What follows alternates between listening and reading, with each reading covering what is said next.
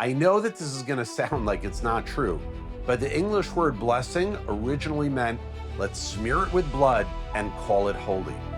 I'm serious. In Old English, the word bleitzun referred to a pagan ritual where they would sprinkle blood on an object in order to transform it into something holy. And that's where our English word blessing comes from.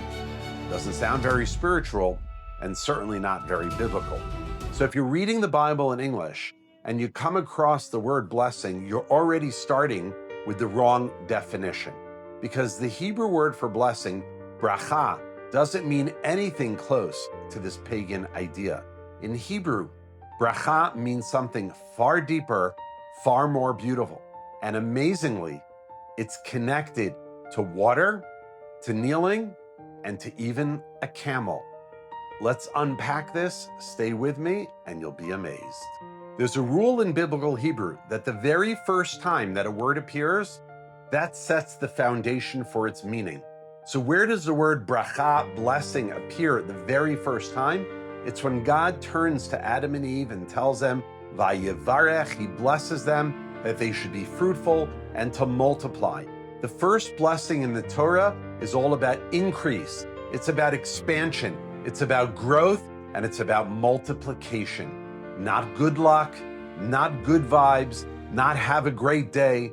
A bracha, a blessing, it's about creating more. It's about more life. It's about more abundance. It's about more flow from the heavens.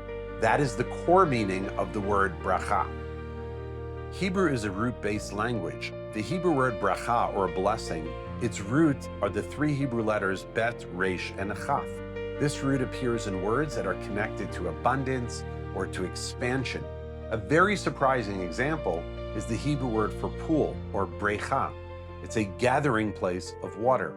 But what is the relationship? What is the connection between a pool and a blessing?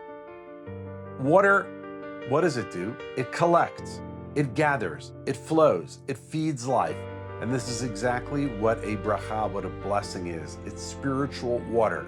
It's the flow of divine abundance that collects until it overflows into the world, which means something very interesting, that a bracha, a blessing, is not something that we ask for. It's something that flows, that we channel in this world by creating a space for blessing in our lives. Another word that comes from the exact same root is the Hebrew word berech, or ni. It is also from the three Hebrew letters bet, resh, and chaf. But what does kneeling, or a knee, have to do with blessing? When you bend your knee, you lower yourself, not in weakness, but in humility. So in Hebrew thought, when you have humility, you then have openness, which leads to receptivity, and ultimately it allows blessing to channel and to flow into your life. This is the genius of Hebrew. One idea, one root, and many words. So we had bracha, blessing. We had pool, brecha, and now we have the word berech, or knee, same as used in kneeling. Okay, and now for what I promised you at the beginning about the camels. The verse tells us in chapter 24 of the book of Genesis that when Eliezer is on his way to find a wife for Isaac, and he's traveling with a bunch of camels, the verse says, Vayavrech, he made the camels kneel. Why does it mention that the camels were kneeling with the same root of the other words that we just mentioned, the bet, the resh, and the chaf, those same three Hebrew letters? Because when camels crouch down, that's the moment where they receive their heavy loads on their humps, on their backs. They're positioned to take on abundance.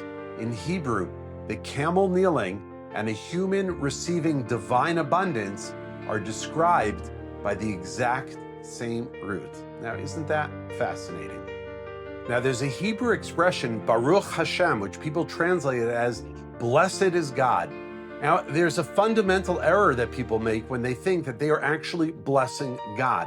What Baruch Hashem actually means, according to everything we just said, is that we are acknowledging that God is the source of blessing. He is the source of abundance. He's the source of the flow of everything good down into this world. So when we say Baruch Hashem, we have to understand that we are acknowledging, in a way, we are thanking God for all the abundance and everything that he gives into this world. So what is a bracha? What is a blessing? It's not magic words. It's not a blood ceremony. It's not a request, but it's an acknowledgement that abundance in this world comes from God. And that's essentially what the word Baruch means. It's overflowing, it's abundance, it's expansiveness.